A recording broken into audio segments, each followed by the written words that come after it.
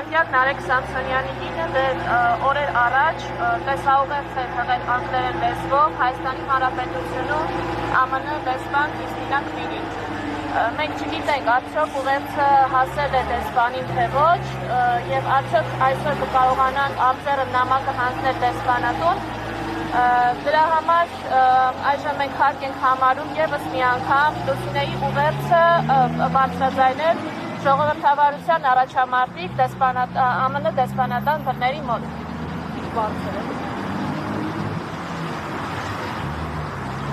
Այժմ ես կընթերցեմ Քաղբանդարկյալ Նարեկ Սամսոնյանի կնոջ Լուսինե Առաքելյանի ուղերձը։ Հայաստանի Հանրապետությունում ԱՄՆ դեսպան Քրիստինա Քվինին։ Պատվարժան դեսպան Քրիստինա Քվին, ես Լուսինեն եմ, իր ազատ խոսքի իրավունքն իրացնելու պատճառով արդեն երկրորդ անգամ 2 ամսով կալանավորված Քաղբանդարկյալ Նարեկ Սամսոնյանի կինը։ Իր նախորդ կալանավորման ժամանակ ամուսինս բանտից բաց նամակով դիմել էր ձեզ, հորդորելով ձեզ խոսել Հայաստանի Հանրապետությունում մարդու իրավունքների ոտնահարման, ազատ խոսքը ճնշելու իշխանությունների արատավոր պրակտիկայի մասին։ Չգիտեմ, արդյոք ամուսնուս նամակը հասել է ձեզ թե ոչ, քանի որ ձեզնից այդպես էլ պատասխան չստացվեց։ Այս անգամ դիմում եմ ձեզ ես, քանի որ ցավալի է հետևել, թե ինչպես է ազատ խոսքի հիման վրա ստեղծված պետության ներկայացուցիչները լռում մեր երկրում տեղի ունեցողը տեսնելով։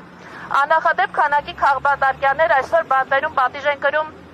այն բանի համար, որ համաձայն չեն այն ամենի հետ, ինչ փաշինյանական ռեժիմն անում է մեր պետության հետ։ Այստեղ այլևս քրորեն պատժելի է սեփական քաղաքական հայացքները բարձրաձայնելը եւ իշխանությունների քննադատելը։ Մենք այսօր մեր կաշվի վրա ենք զգում ձեր նախկին նախագահ Հարի Թրումանի հետևյալ խոսքերը։ Երբ կառավարությունը հավատարիմ է մնում ընդդիմության ձայնը լրացնելու սկզբունքին, այն միայն մեկ ճանապարհ ունի անցնելու, գնալով սաստկացնել բռնաճնշումները, մինչև այն դառնա ահաբեկման աղբյուր իր բոլոր քաղաքացիների համար եւ ստեղծի մի երկիր, որտեղ բոլոր կապրեն վախի մթնոլորտում։ Այսօր Հայաստանի Հանրապետությունում վախի մթնոլորտ է ստեղծվում իշխանությունների ձեռամբ, քանի որ նրանք, ովքեր հանրայնորեն քննադատում են ներկայիս իշխանություններին, ամենատարբեր հորիված քրեական գործերով հայտնվում են բանտերում։ Իմ ամուսինն այսօր բանտում է հետույք բառի համար։ Սա նշված է քրեական գործում։ Հայաստանի Հանրապետության 3-րդ նախագահ Սերժ Սարգսյանի իրենց իմնեմնի մի ոդքասթին հյուրընկալվելուց հետո ԿՊԱ-ները ֆեյսբուքյան գրառումներով թիրախավորել էին ամուսնուս եւ ոդքասթի մյուս վարող Վազգեն Սաղաթելյանին։ Ամենակեղտոտ բառապաշարով վիրավորական գրառումներ էին կատարում նրանց հասցեին։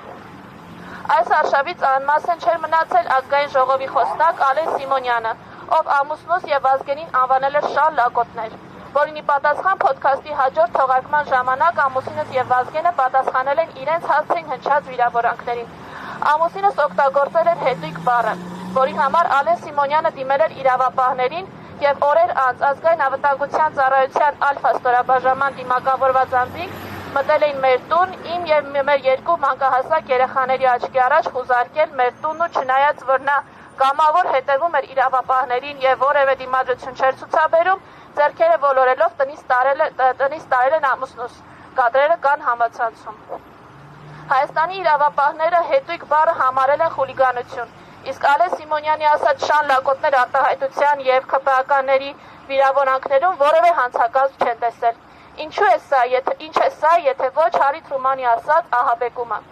Ավելին, եթե նախորդ անգամ իշխանությունները սահմանափակվել էին միայն ամուսնուս եւ Վազգենին կալանավորելով, այս անգամ անտիֆեյք է մի ողջ անձնակազմը թիրախում եղել։ Լրագրողի եւ օպերատորի են անդիմը ձերբակալել։ Իբր խոչընդոտել են արդարադատության իրականացմանը։ Լրագրող Դավիթ Ֆիդանյանին ձերբակալել են 60 ժամով, իսկ օպերատոր Իշխան Սաղաթելյանին նույն օրն ազատ են արձակել։ Անտիֆեյքի գրասենյակում խուզարկություն են իրականացրել եւ արգրավել են ամբողջ տեխնիկան, բոլոր համակարգիչները, բոլոր միկրոֆոնները, ոդքասթի եւ այլ տեսակի աշխատող-չաշխատող, բոլոր տեսախցիկները, բոլոր շտատիվները, միկրոֆոնների համար նախատեսված բոլոր ստենդերը, բոլոր նկարահանող դրոնները, powerbank-երը, հիշողության գրիչները, բոլոր մարտկոցները, բոլոր լիցքավորման լարերը,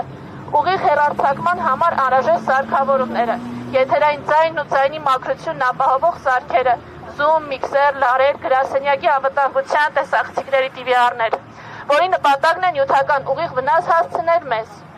Բարեբախտաբար գտնվեցին համագիրներ, որոնք շատ արագ իրենց միջոցներով ձեռք բերեցին անհրաժեշտ տեխնիկան եւ լրատվականը շարունակում է իր գործունեությունը, ճիշտ է ոչ ամբողջ ծավալով, դեռևս մնալով իշխանությունների թիրախում։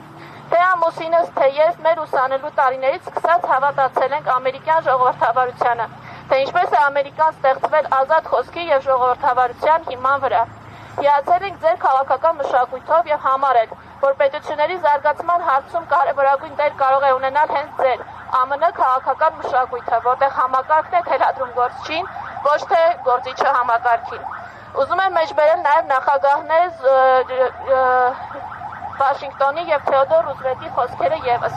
Եթե խոսքի ազատությունը խլեն մեզնից, ապա մեզ լուռ եւ հնազանդ ոչխարների նման կարող են մորթի տանել։ Ջորջ Վաշինգտոն։ Ասել, որ նախագահի հասցեին քննադատություն չպետք է լինի, կամ որ մենք պետք է կանգնած լինենք նախագահի կողքին, ճիշտ է սխալ, ոչ միայն հայրենասիրական եւ ստրկամիտ է, այլև բարոյական դավաճանություն ամերիկյան հանրության նկատմամբ։ Թեոդոր Ռուզվելտ։ Ձեր բոլոր նախագահներն արժևորել են խոսքի ազատությունը եւ մեծ կարեւորություն տվել ընդդիմության ձայնին, ընդդիմության խոսքին, իսկ Հայաստանում այսօր դա արգելված է։ Իշխանավորները Նիկոլ Փաշինյանի գլխավորությամբ կարող են իրենց թույլ տալ կեղտոտ բառապաշար, նման կերպ խոսելով եկեղեցու սպասավորների մասին, բարերարների մասին, իրենց ընդդիմախոսների մասին, սակայն պատասխան ստանալու դեպքում քաղաքացիները հայտնվում են բանտերում։ Փաշինյանը վերջերս խոստովանել է, որ ինքը հայոյախոսել է, սակայն այս ինքնախոստովանականին չի հետևել քրեական հետապնդում։ Ինչու՞, քանի որ հայոյել է իր ընդդիմախոսներին, դա թույլատրելի է։ Ձեր ներկայիս նախագահ Դոնալդ Թրամփը եւս հայտնի է իր քաղաքական հակառակորդներին կոշտ բառապաշարով դիմելով, սակայն չէ մտաբերում դեպք, որ իր դեմ որևէ քրեական գործ հարուցված լինի կամ որակվի իր խոսքը որպես խուլիգանություն։ Այս պարագայում ինչու ենք լռում Հայաստանում ընդդիմադիր խոսքի հետապնդման մասին։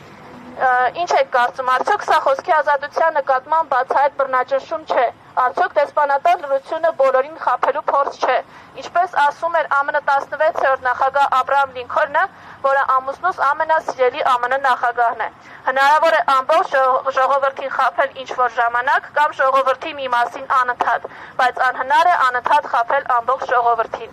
Մեծ ակնկալիքով սպասում եմ ձեր արձագանքին։ Եթե այդ արձագանքը չի կարող լինել հրապարակային, ակնկալում եմ հանդիպում ձեզ հետ չտեսագրվող ձևաչափով, առավել մանրամասն ձեզ ներկայացնելու գործը եւ ձեզնից ակնկալած պատասխանները ստանալու համար։ Չէ՞ որ ձեր եւ եվրոպական գործընկերների լրությունը տեսնում է հայ հասարակությունը։ Նարեկ Սամսոնյանը քաղբանտարկյալ է, հերթական անգամ կալանավորված խոսքի համար, որը դեռևս ռոմանտիկորեն հավատում է արևմտյան արժեքներին։ Հարգանքով Լուսինե Առաքելյան, մեջբերման ավարտ։